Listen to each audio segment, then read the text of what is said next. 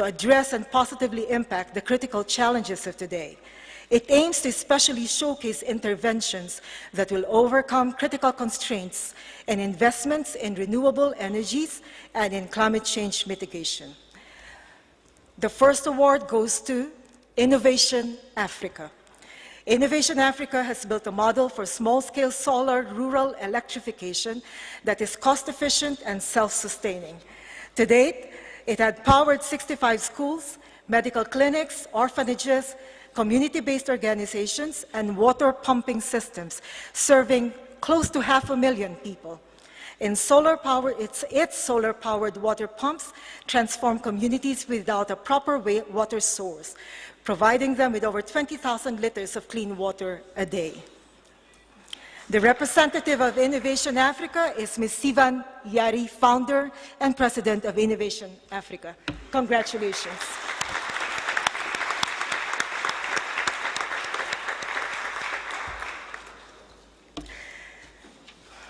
The award for partnership is given to the solution that best shows the cooperative spirit of South-South cooperation, including triangular and multilateral approaches.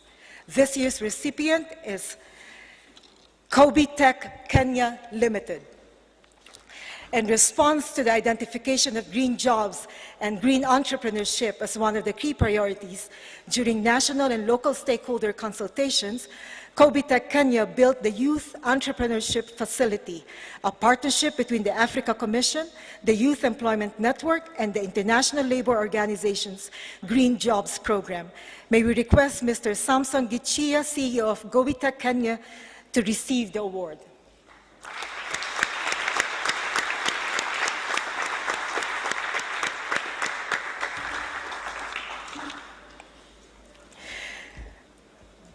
The award for leadership is presented in recognition of global leadership and consistent investment in concrete South-South solutions and inclusive partnership.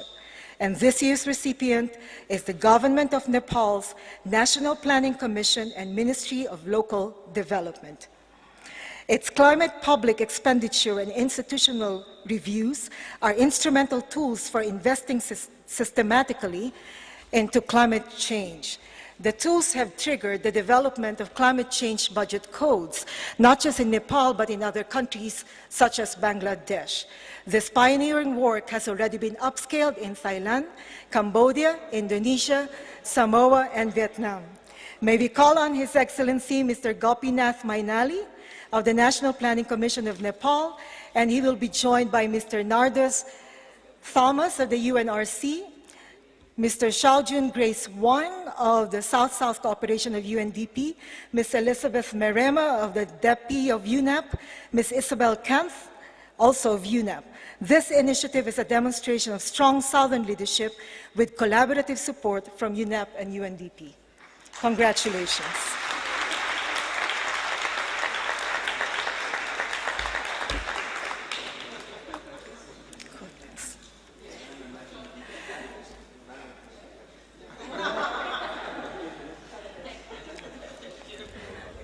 Thank you. We are now going to present the third and final cluster of awards, the Special Recognition category.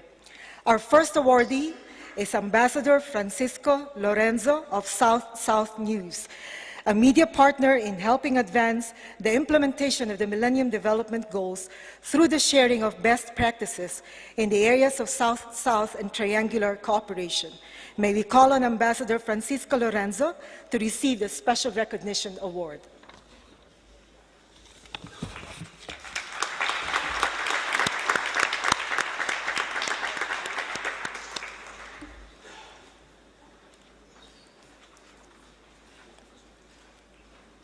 Congratulations, Ambassador Lorenzo.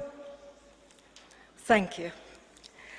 Our next awardee is FK Norway for their strong contribution in providing innovative collaboration through triangular cooperation in the areas of business development, food security, women's empowerment, health, wildlife conservation, good governance, water development, and community tourism, mostly in Africa and Asia regions. May we call on Mr. Helge Espe, Senior Advisor of the FK Norway, to accept this special recognition.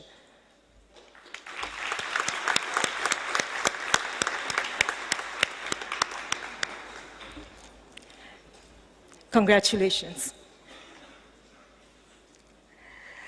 Our final awardee is Group ESC-PAU, an academic institutional partner of the UN system, including the UN Global Compact and the UN Office for South-South Cooperation. They are also a strong supporter of pragmatic approach for providing academic learning to students all across the globe on the virtue and strength of South-South cooperation and triangular cooperation. May we call on Dr. Pierre Dru, Dean of Group ESC-PAU, to accept this special recognition.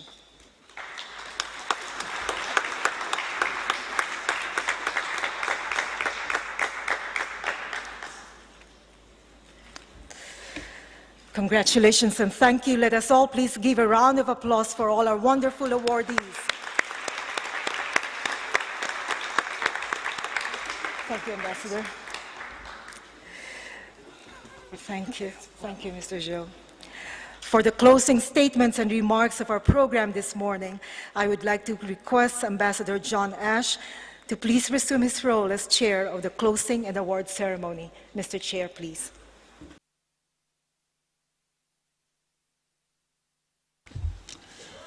Thank you very much. Could I invite the Executive Director of UNEP, Mr. Achim Steiner, to give his closing remarks. On the Secretary General.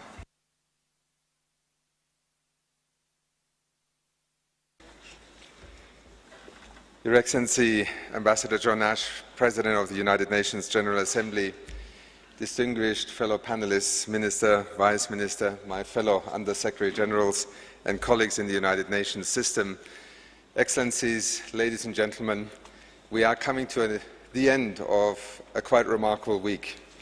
A week that, Sally, I think we both have enjoyed enormously here in seeing this campus being populated by people, ideas, initiative, transactions, leadership fora.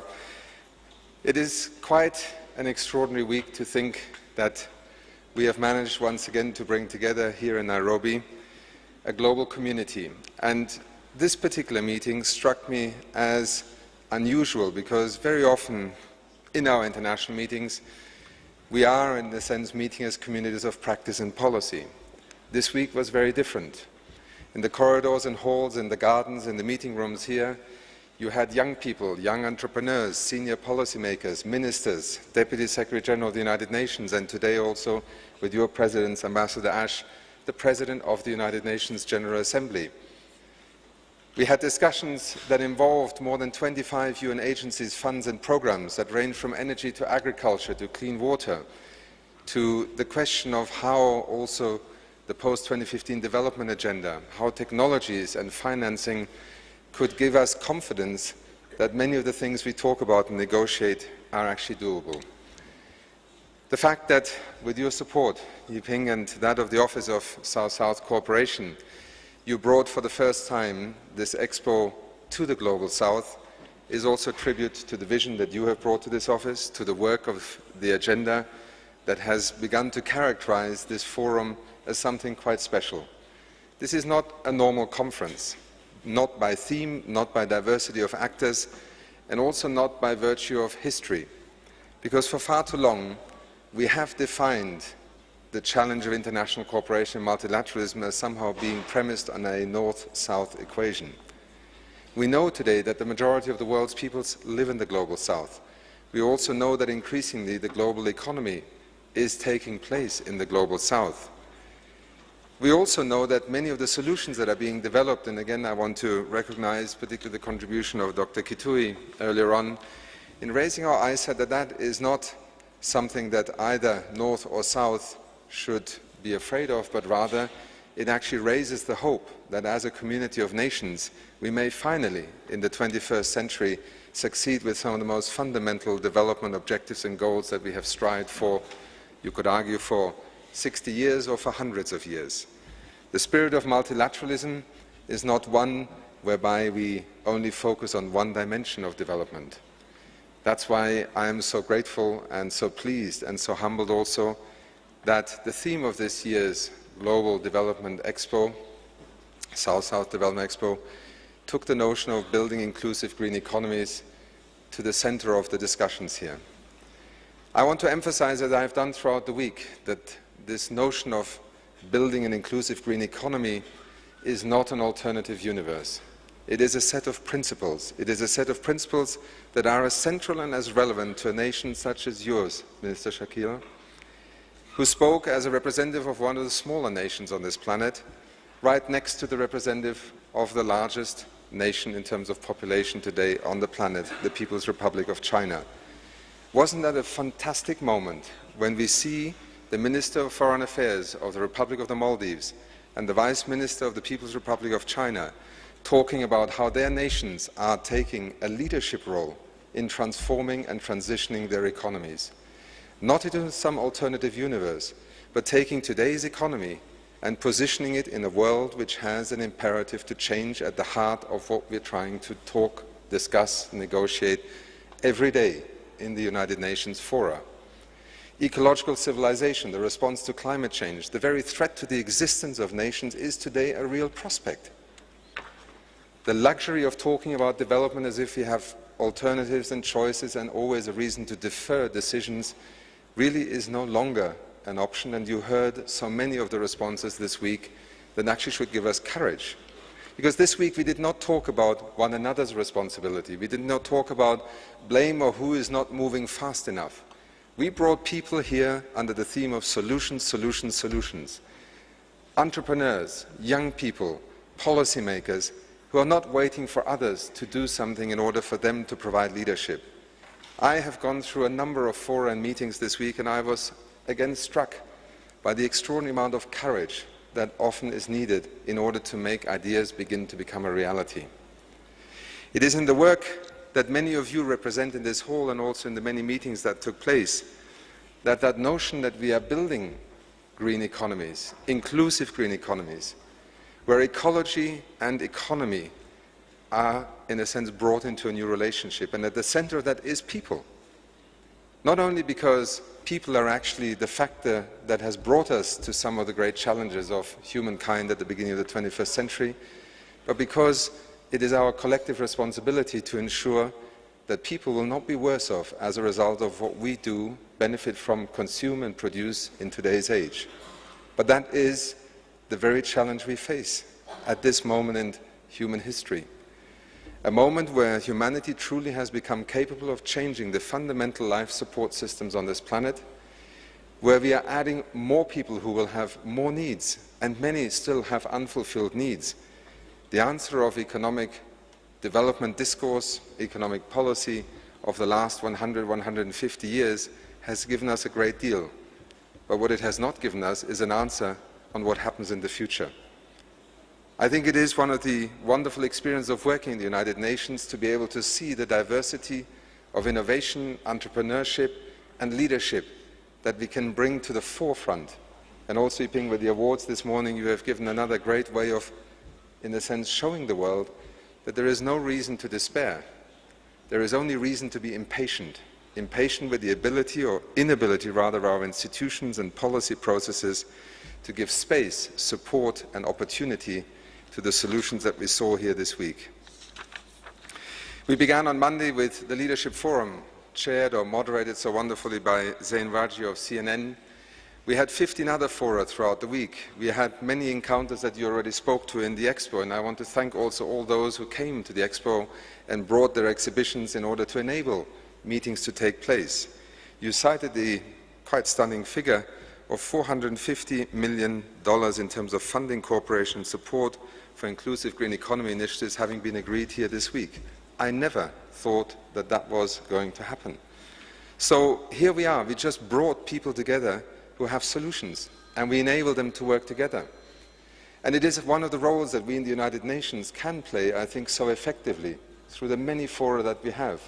And again, to my dear colleague, Master Acharya also, who will have such a significant responsibility next year to be part of bringing the world together around the question of small island developing states. this is what we do, and when we do it well, we really make a difference. I want to thank all of our colleagues who have been involved in organizing the events throughout the last week. I must say, having such a 5-day meeting is something you don't want to do too often in a year. And I think many of our colleagues in our 2 offices in Yunnan, but also many others who contributed as exhibitors and as panel discussants and participants, however, will leave today, I think, with a sense of satisfaction. We have much that lies ahead of us, and I want to turn again to the President of the General Assembly, who referred earlier on to the fact that this work is just one part of a much broader discussion that is now underway in the United Nations, the post-2015 development agenda, the work on agreeing on sustainable development goals, the contribution that we must make also in addressing the issues of financing, of technology, and of new answers to old problems. We in the United Nations Environment Programme are very humbled by the fact that we were able to be part of bringing an important part of the conversation here to Nairobi and to bring together with our Office for South-South Cooperation such a diversity of the richness of the United Nations family here to Nairobi. I would like to end by simply emphasizing that notwithstanding the important role that we in the United Nations Environment Programme have played in bringing attention to both the imperative and the opportunity of a transition towards an inclusive green economy to the international agenda and also to the attention of many governments, this is neither in intent nor will it ever be in the future an agenda that is associated singularly with the United Nations Environment Programme or indeed with an environmental sustainability dimension. This is the emerging agenda that is being built by countries already across the world. It is being supported and evolved and also pioneered by many of the United Nations agencies, funds and programs, together with UNIDO leading the Green Industry Initiative, together with our colleagues in UNITAR, but also in ILO, who have focused on the question of employment. Where on earth are the jobs going to come from to employ all these young people who at the moment have no prospect of finding a job? Please study the work that the ILO is doing on green jobs, and you will see a sign of hope in what is a world that Juan Somavia, before he retired, referred to as basically a recovery that is jobless. This is a jobless recovery we will now see in the coming years. Yes, GDP growth may be increasing, but please take a look. Are there actually jobs being created? We have done a great deal of work with our colleagues in the ILO to look at this question, and that is part of the answer also of building an inclusive green economy, inclusive of the people who otherwise will be excluded from progress. There are so many other facets that I could speak to in terms of our UN sister agencies, funds and programs that in fact are now leading the discussion in practice, in implementation, in innovation, and above all in bringing together the expertise. And I want to just close by recognizing also the invitation issued this week here and announced by the United Arab Emirates to convene a conference of the Partnership for Action on the Green Economy next year in Dubai in March in order to continue to bring the world's practitioners and policymakers and entrepreneurs together to give more and more confidence that at least in these green economy transition strategies lies a fundamental opportunity for sustainable development to progress in the 21st century. To all of you, thank you very much for being here. To all of you here on the podium, thank you for having found the time to travel to Nairobi to make it possible to have senior leadership represented here and also to take some of what has been done here, talked about here and proposed back into the arenas where you operate every day. Thank you so much.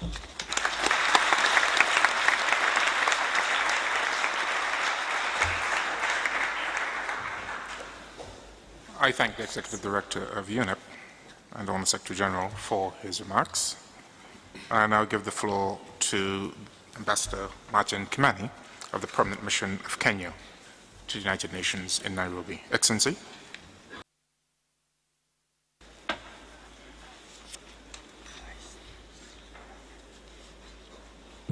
Good morning.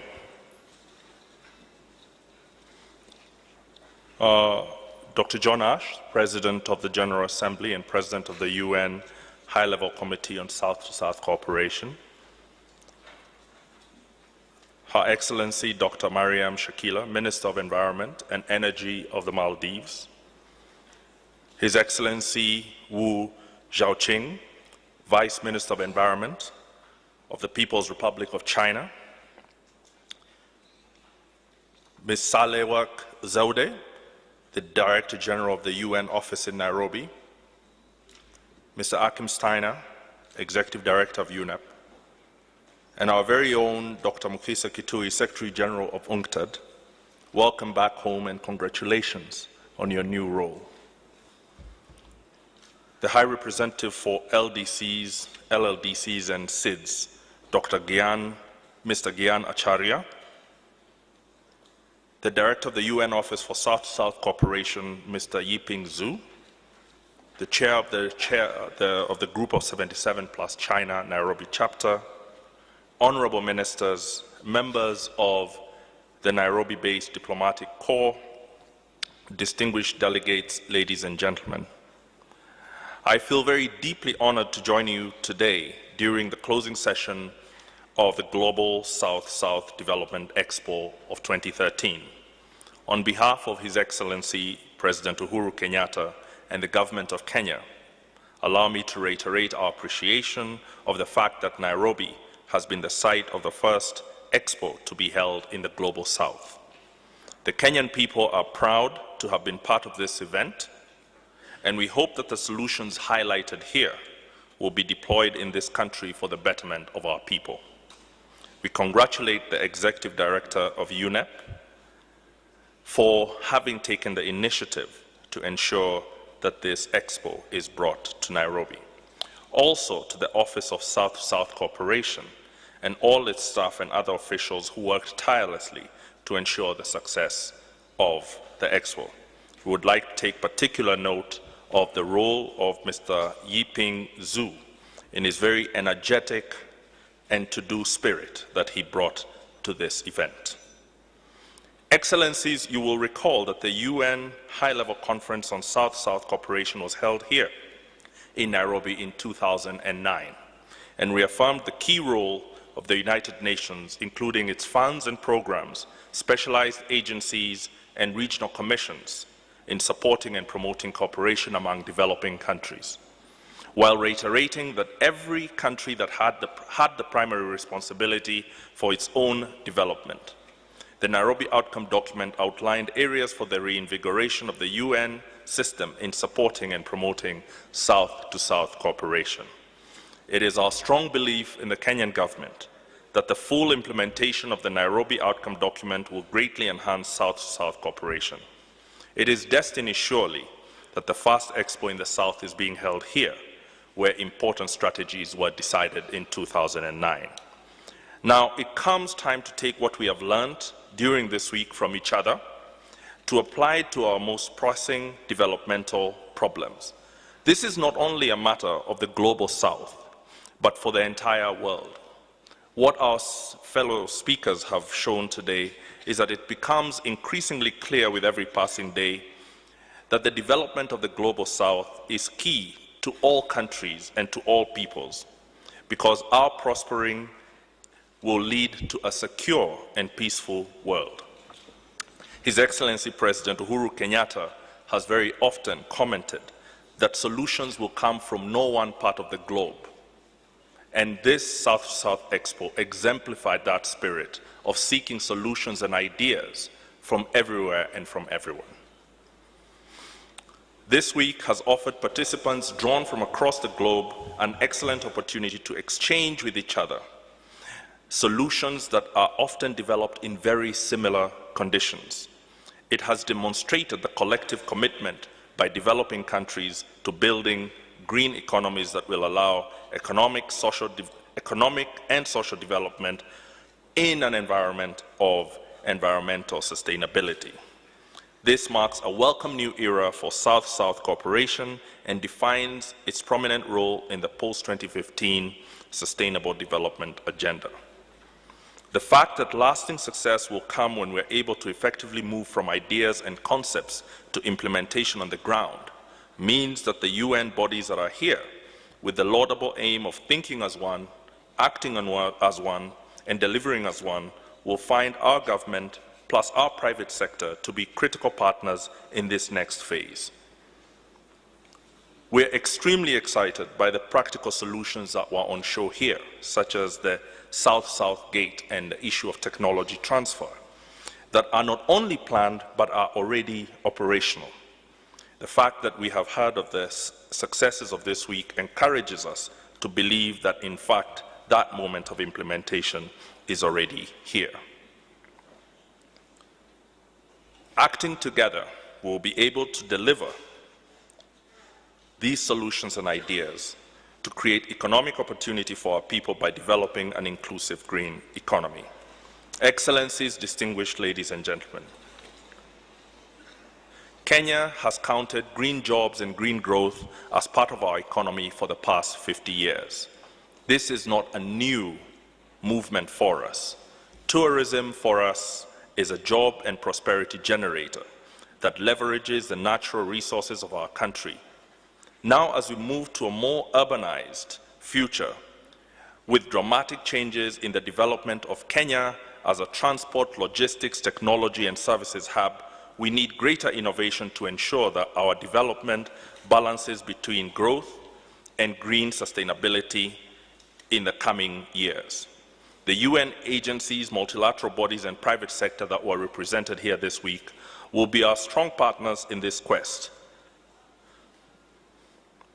Let me, ladies and gentlemen, finish by congratulating the steering and organizing committees that have worked so hard to hold this successful event. Compared to past expos, this one has featured the largest number of environmental ministers, institutions, and experts. There is no greater illustration of the centrality of environmental conservation in our collective pursuit of socio-economic development. This week has also demonstrated the international community at its finest, standing together here in Nairobi, where just over a month ago, the enemies of development and progress, aiming to cause terror, attacked innocent civilians here in Nairobi. Your collective presence is a repudiation of their aims. For that and all the solutions exchanged and initiatives planned, the government of Kenya is profoundly appreciative of your presence here and looks forward to ever-strengthening partnerships. I thank all you participants who have traveled from across the globe, and I hope that you have had an enriching experience here in our city and country. I wish you a very safe journey home. With these remarks, it is now my pleasure to declare the Global South-South Development Expo 2013 officially closed. Thank you, and God bless you all.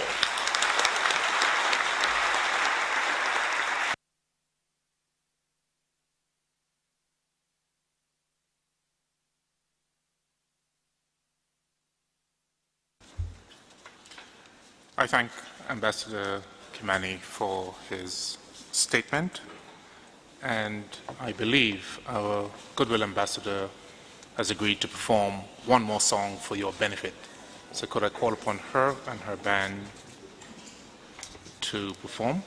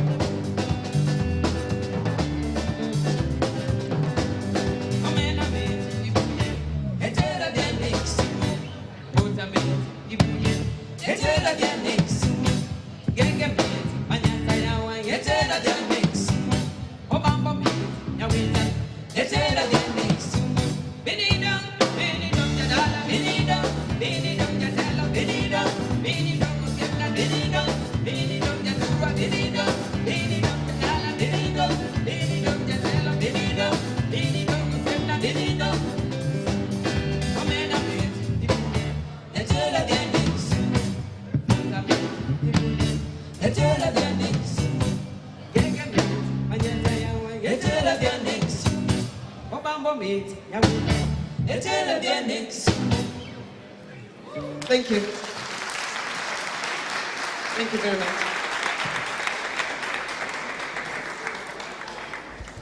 Thank you very much, Goodwill Ambassador, and to you and your band, thank you very much for today's performance. Ladies and gentlemen, I hereby declare this year's Expo closed.